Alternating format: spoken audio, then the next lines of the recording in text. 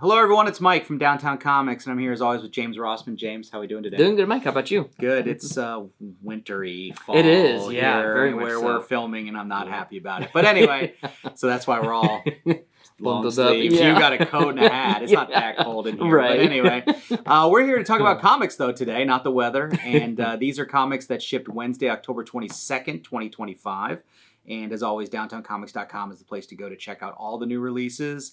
And liking, sharing, and subscribing is super appreciated. We do appreciate that. All right, so I'm going to let you get going. You've got a bunch of DCs to talk about, don't you? Yeah, so All I'll be talking about all three tie-ins for DCKO that came out this week. All right. So first is Superman number 31. All right.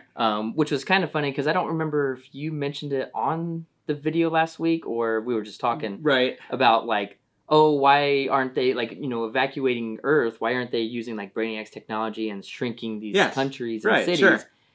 And they talk about it. Oh, did they? Okay. So someone in the editorial or writer's room was like, hey, what about this? Right, yeah. So what was their explanation? Which makes sense. So because at first they were talking about doing cities. Okay. And shrinking those, but then they were like, I can't remember who, I think it was Mercy that when Superman went to talk to her, she was like, well, we can even possibly do countries.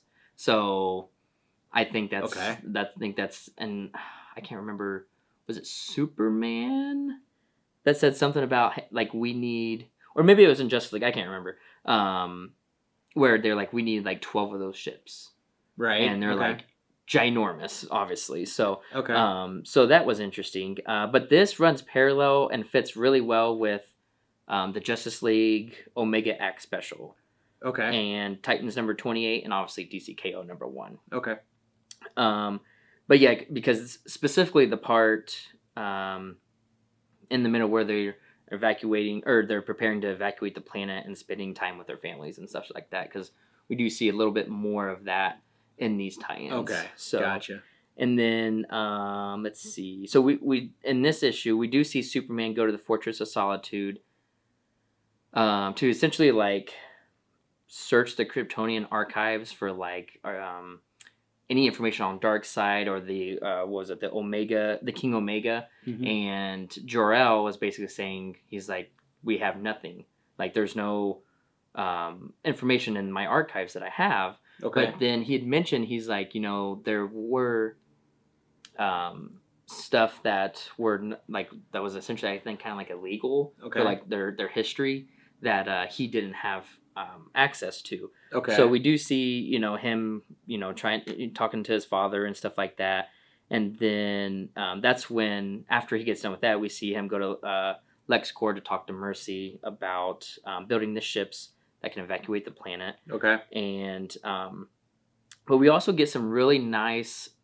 Superman and Lois, very much kind of like Hallmarky type of scenes, I feel like, in this. Right. So that was kind of, I don't know, that was kind of nice. Okay. But I think that's probably why this is probably one of, not just this issue, but, the whole Superman run right now.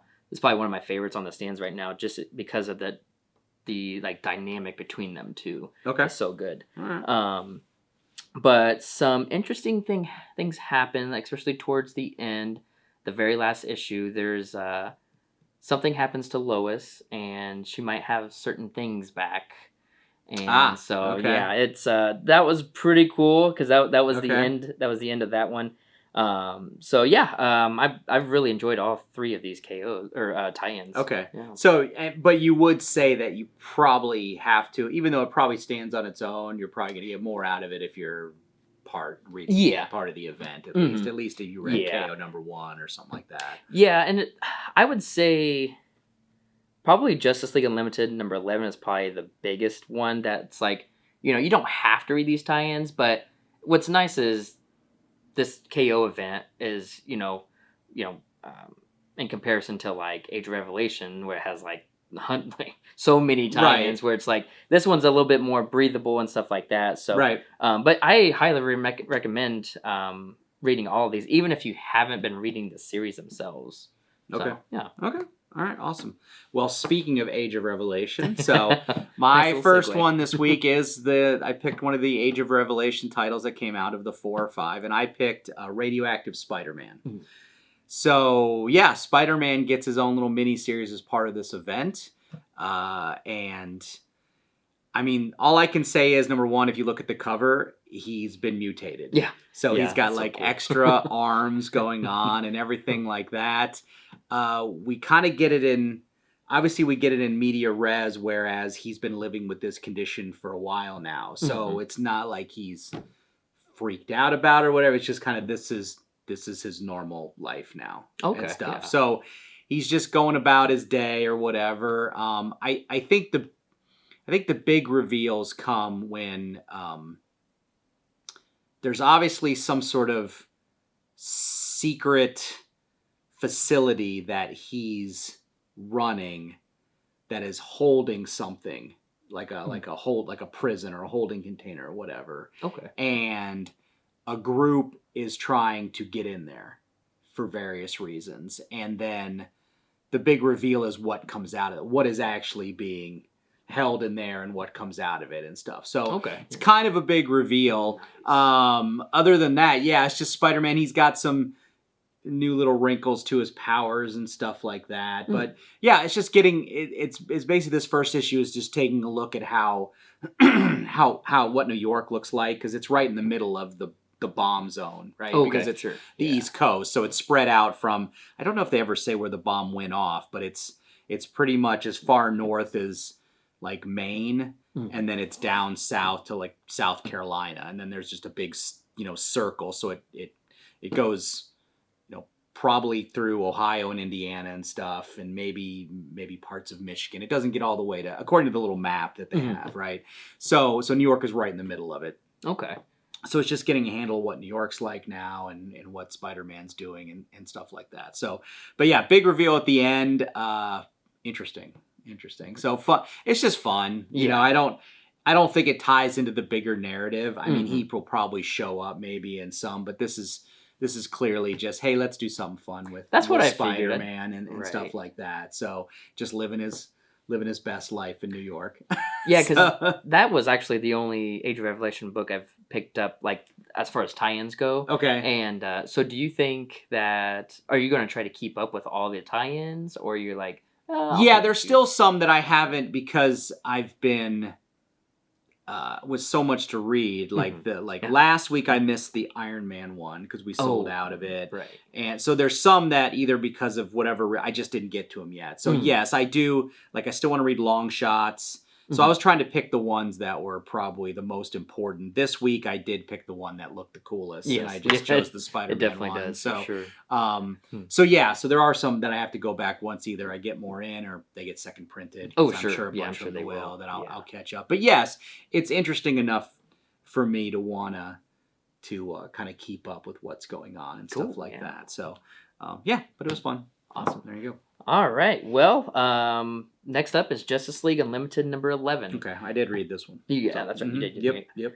So, so this is set during the evacuation of Earth, with the heroes that are still on Earth working through all of that.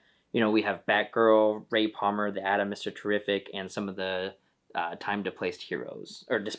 Yeah, when did the question I had in this issue? When did the time displaced heroes show up? Have they already been around, or they've been around for, I think. Did they show up during that For Tomorrow crossover? Is that when they showed up? And I think they were in the Dark Tomorrow, whatever that thing was called. Yeah. Okay. Yeah, because I think they were part of We Are Yesterday too. Yeah. Okay, We Are Yesterday. That crossover. Yeah. Okay. All right. I was just kind of like, not too long, but I didn't really remember that. So I was like, okay, these guys are here. All right, interesting. So, but I can't remember if they've only been in the Justice League Unlimited books or not. Because I think that We Are Yesterday was it was also in World's Finest. I mean, that was part of the crossover. So I'm assuming that's where they actually came from, because World's Finest has been in like the different type dimensions and time periods and stuff like that, or whatever. It's funny, multiverses. It's funny you bring World's Finest up, because I think anymore that series is just really fun. Yeah, like it's just really fun. I mean, Mark Waid, he writes a good comic, exactly.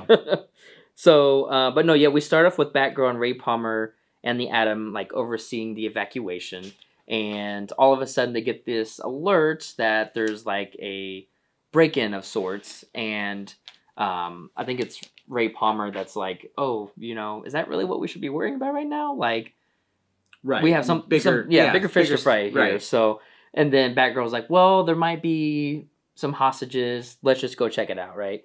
So, yeah, they do that. They go into action, and they find a villain there that... So, I feel like the villains that are left are the ones that they weren't able to get into the Phantom Zone, or they just didn't care enough. You know, they're like, what kind of threat are these other villains going to, pose? And yes, and then of course, and it is one that you would laugh at. Yes, exactly, yeah. So, but the thing is with these villains that are left, it seems like their powers are supercharged. I think there's a lot of energy being released, and certain heroes and villains are getting extra stuff. Yeah, definitely. And then, on the Watchtower, Mr. Terrific and all the time displaced heroes, basically, they start this. What was it? The Terrific 10. He starts putting together this other team of sorts. Yeah, because they have someplace he's got a mission. Mm-hmm. They have a mission to somewhere, and so they're going to take these guys because technically they don't exist. Right.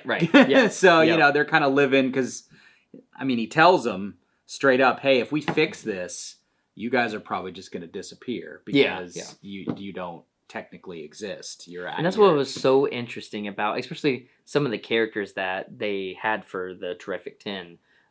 Was interesting, especially like the Dr. Fate one. I really like that. Yeah. The Hawkman was interesting. Because I'm not even sure if that was a version of Hawkman that was ever in one of the actual comics in the past. It must have been. It must have been that one that was from the Hawk World miniseries from maybe the early 90s or something like that. Yeah, because some of these heroes are like...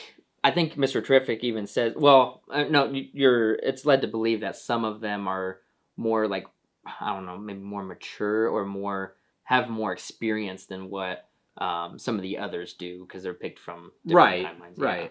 So, but that was interesting because, obviously they can't go back to their time. So, because I think the All-In initiative, like all of it together, is they're cut off from the multiverse. Yes. Yeah. Yes, so, exactly. So that's been super interesting, and especially for these other heroes. So, but I think one of the strongest part of this issue is that they don't necessarily immediately jump into action. Talking about like the Terrific 10, right? And they have time to prepare and explore a bit at the Watchtower, and so some of the characters picked from this might not have as much growth as what some of the others as well as kind of getting at as some of the other characters. So, like I said, like the whole All-In thing about them being cut off from the universe and stuff like that. Oh, so, I know, and I meant you meant to say the power thing. Isn't that the reason? Isn't that the reason they're going to where they're going? Because the character, that certain character they mentioned from that certain crossover from the 90s, is the one that's supposedly giving them the power. Right. So they're going to his home, basically. Yeah. Okay. All right. Yeah. I remember that now. Okay. Yeah. So so I think this, obviously with Mr. Terrific doing this, it kind of sets up another Justice League team of characters essentially. Yeah, so I feel like I feel like this arc of Unlimited while KO's going on is going to be just them on this mission. Yeah, probably. Yeah, for the most part. Which it's going to be pretty cool. I like. Yeah, it'll be fun. Again, you're talking about anytime you get this kind of Suicide Squad of heroes and or villains that if they die, well, so what? Because they're not supposed to be alive anyway. So they're kind of. So yeah, you can do a lot of stuff with that. There's a little more tension because usually you're like, they're not going to kill that character or whatever. But that's it. Yeah. Right. So yeah, that was pretty good. It was good. Yeah. It's a good setup issue. It is. And I think this one can be read without necessarily. No, because the main mission I think is going to be, not you don't have to be reading necessarily KO even to know that, it's kind of the why they're going on this mission, but this mission will be a separate thing that you could read on its own, basically. So yeah, which I'm really glad that they're doing that. Yeah, DC's been really good about that, so that's been amazing. Okay. All right. So my next book is Predator Kills the Marvel Universe. So we're on issue number 3. I can't say enough about how fun the Predator versus the heroes have been. So they just keep upping the ante. Obviously, they've done Predator versus Black Panther, Predator versus Wolverine, Predator versus Spider-Man, and now it's Predator Kills the Marvel Universe. So all of those 3 first ones have been setups for this. In the first issue, the Predators, and I guess it's a spoiler now, but it's been 3 months. So basically, at the end of Predator Spider-Man, Kraven the Hunter gets chosen to go back with the Predators. Okay. Like he basically gets the Predators, if they like you, they put a tattoo on your forehead saying you're one of them. Okay. Yeah. And so he chooses to go back with them. And what he does, he basically says, "Hey, I can give you all the deets on all the heroes and villains, and we can take over the whole planet." And so that's what this miniseries basically built towards. So they've been doing a lot of prep and setup. And basically, in issue number 1, the Guardians of the Galaxy and the Fantastic Four were all basically killed. That's crazy. So they wiped them out. And then in issue 2, it was the X-Men and the Avengers were taken down a peg. So we're entering issue 3, and things are looking pretty grim, right? So basically Kraven set up a kill list for these guys and said, look, these are the ones you have to take out first or else you're going to be in trouble. So heavy hitters like Magneto, obviously the Reed Richards was a big one. Oh, sure. And then the Avengers and the X-Men compounds, basically, So we start our book as the Hulk is one of the big people getting taken care of in this one. So they have to take care of the Hulk. So they work on that, and by the end of this, it's a full-blown invasion. So at first it was just they were trying to strike kind of sneakily at the hero groups as quickly as possible so they couldn't get a defense going or whatever. Okay, yeah. And by the end of this issue, it's all out in the open because they're going full-blown Independence Day on this thing, and they're bombing the White House, and they're just taking over the planet now. So they're just invading. So it's now they're just an invading army. So it's not just one, it's hundreds and hundreds of Predators. Okay. Yeah, the whole race is basically now invading the Earth. So it looks like there's going to be 3 or 4 main heroes that have lived through the first strike that are going to be our main protagonists for the rest of this miniseries. So I won't tell you who lives and who dies, but there is, because you see them on the cover as you're looking at it right now. Yeah. There is this kind of weird wild card because in one of the earlier miniseries, a Predator must have lived long enough for the government to capture it. And so the government has been studying this species for some indeterminate amount of time, and Dr. Cornelius, who heads the Weapon X program, has figured out how to basically brainwash one into being a Weapon X. Of course. So we've got what is labeled a Predator X, I guess, is what they're calling it. So we don't know how that's going to affect it, but that's where we are now. So yeah, super fun. I mean, if you're a Predator fan, you need to be reading this book. But it's just a fun, if you just want to see heroes get slaughtered, kind of like when the Punisher killed the Marvel Universe or Deadpool. It's just kind of fun watching how it's done and, how they come up with little ways to get around certain things and stuff like that. So as we get ready for, Predator Badlands is coming. Super excited. Yeah. So. And so the whole race is fighting. So I get it now, but I'm like, man, still, even with Kraven's help, I just wouldn't think Predators would be, or the Predator race would be, the Predator versus Black Panther set it up where they basically acquired the vibranium from Wakanda. Oh, crap. So they were able to forge even better weapons and armor and stuff like that, which makes them even more formidable of an opponent. Sure. And then, like I said, Kraven's help, they designed certain weapons against certain people. So certain ones that had to be taken out, they designed specific weapons that would allow them to take care of that. Gotcha. So it's not, these guys are not, the Predators are not playing any kind of hunting game now. This is not like an honor. This is not an honor thing for them. They're not like going one-on-one or like you fight me. No. These guys are just like they started out with like small strike teams in order to take out the heavy hitters before, like I said, and then now it's just nope. We're just all going. That's super fun. Yeah, I really like that. Yep. So there we go. Cool. All right. So last up for me is the Flash number 26. Our last tie-in for this week. So this is written by Mark Waid, and so this focuses mainly on Wally and Bart, and so both of them learn the threat that Darkseid, or what threat Darkseid poses, and so in K number 1, when Time Trapper and the World Forger and Booster Gold were telling all the heroes that, hey, especially to Superman, that, hey, this threat's going to happen, and then obviously Superman and Doomsday, and the Time Trapper aren't seeing eye to eye and stuff like that. But from this one, we do see the POV from Bart and Wally. Yeah. Okay. So it's kind of a funny issue because it's,